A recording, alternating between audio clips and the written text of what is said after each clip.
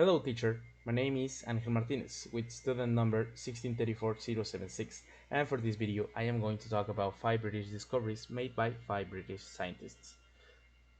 And for number 1 we have Stephen Hawking with the Hawking radiation. And what's with the Hawking radiation, you may ask? Well, for that answer we have to answer another question first. What's up with black holes? Well, a black hole is a rupture of the space that forms from collapsing stars or very big amounts of mass gathering around in one same area, condensing in infinitesimal space that ultimately just erupts and forms this monstrosity. Now that we know how a black hole is born, we can answer the question of the Hawking radiation with another question. How does a black hole die?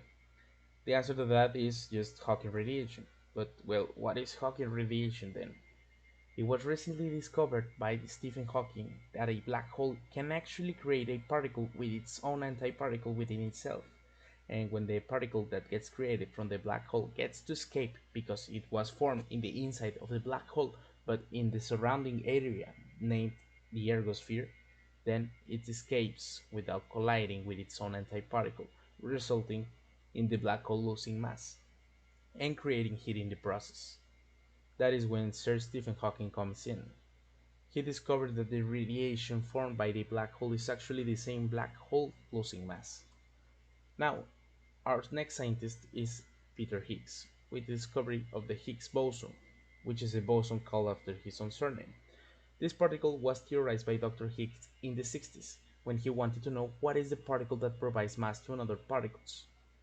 And for the sake of the length of this video, we will skip all the technical details in how the standard model of particle works. And we will jump to the conclusion of the Dr. Higgs winning the Nobel Prize in 2013 for the discovery of the Higgs boson that actually gives mass to all the other particles in the standard model of particles. For the third scientist we have Alan Turing with the invention of the Turing machine. The Turing machine is basically the grandfather of the modern computer. It was invented by Mr. Turing in the heat of the Second World War. Invented mainly to decrypt the Nazis' messages, when the Second World War ended, the Turing machine was studied and it developed in the modern computers. Now, our fourth scientist is Isaac Newton, basically the most renowned scientist of the history of humanity. He had many studies, many discoveries, and developed many branches of the science world nowadays.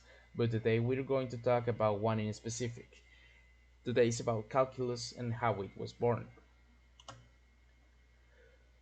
The tale dates back to the 1600s, and the protagonist of this tale is a 23-year-old Isaac Newton, who was looking at the moon and wondered, if the moon is falling towards the earth, then how is it possible that the moon hasn't impacted on the earth already? And he knew the mathematics of that time wouldn't work with his calculation. So, at the age of 23, he started developing calculus. Yes, just by looking at the moon. And it was at that time that Mr. Halley, the discovery of the Halley comet, had a word with Mr. Newton, and Mr. Halley funded the publishing of Newton's book, Principia. Lastly, we have Mr. Maxwell with the invention of the four Maxwell equations of electricity. The first equation of the Gauss law states that the magnetic field decays with the square of the distance. The second equation, which is the magnetic Gauss law, states that there is no such thing as a magnetic charge, but that the charge of the magnetic field cycles around itself. The third law, the Faraday law, states that the magnetic and the electrical field affect each other. And lastly, the fourth law, the Ampere law, is the one that made electromagnets possible, stating that a stronger electrical field creates a stronger magnetic field. And I hope that you guys liked my video. Thank you very much for taking the time to watch it. See you later.